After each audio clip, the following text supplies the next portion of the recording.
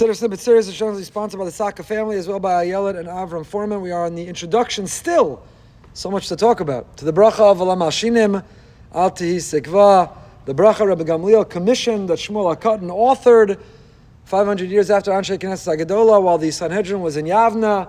And the Jewish people, the continuity of our Masorah community was threatened by the pernicious activities and penetration of the Tzdukim, the Karaim, these Minim, these other sects of Judaism that sought to corrupt and compromise our future.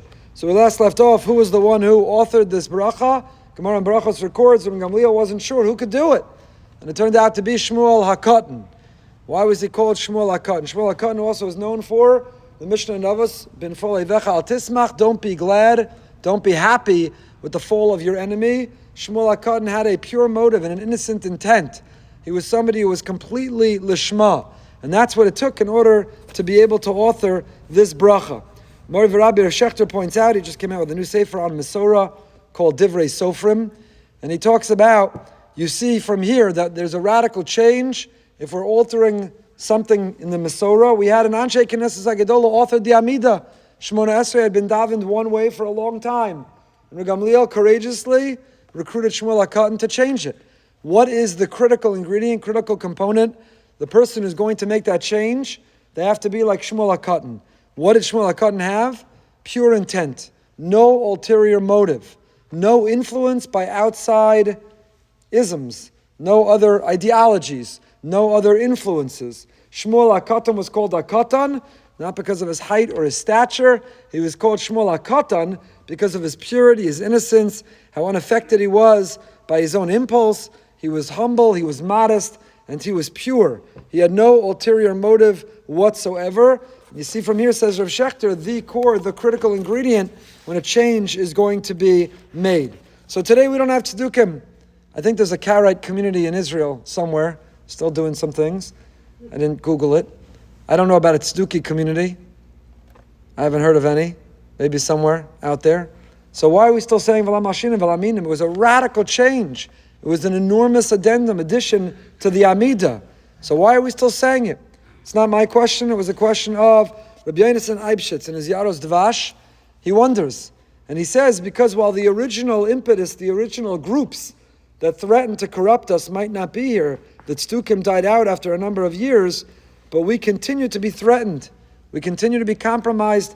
We continue to be damaged by other forces and ideologies that successfully enter even our Masorah Torah community with those ideas, whether it was Catholicism, whether it was the Enlightenment, whether it's Messianic Judaism and Jews for Jesus, whether it's other denominations, that while we love every Jew, of course, we love every Jew, and particularly now since October 7th, we are focused on our love for every Jew and what we have in common.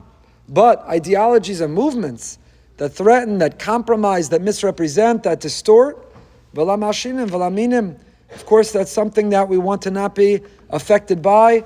So for Rabbi Yonasan Eibshitz, that's why we continue to say this bracha even today, and we'll speak about some of the other kavanas that one can have when saying this bracha. Some other significant kavanas that one can have. But Shmuel HaKatan, Rav Shechter points out also that notion of being a katan, you see, is something admirable. He was distinguished. He was singular. He was the only one who could author it.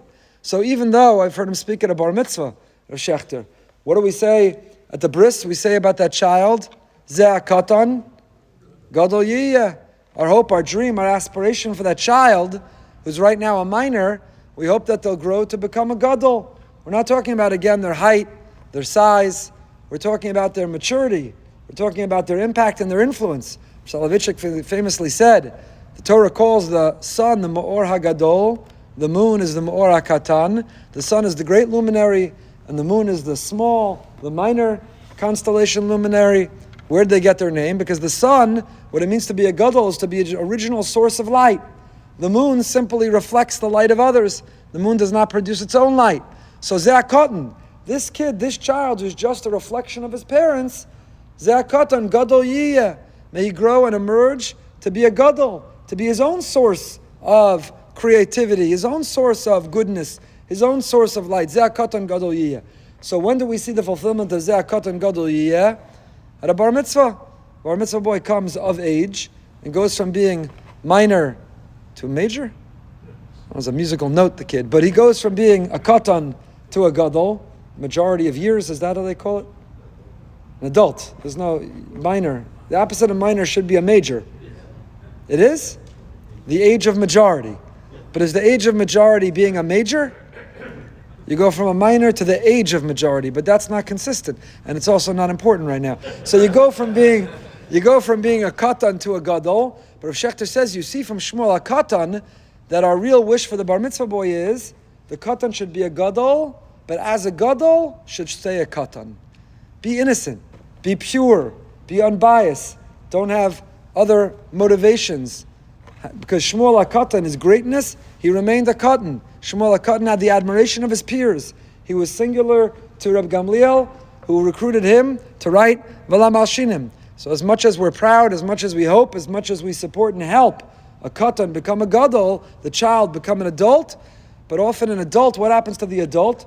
They become cynical and sarcastic and suspicious and hardened by the world and by life.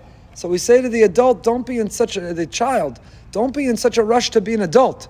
Take the responsibilities like an adult, but remain a child at heart.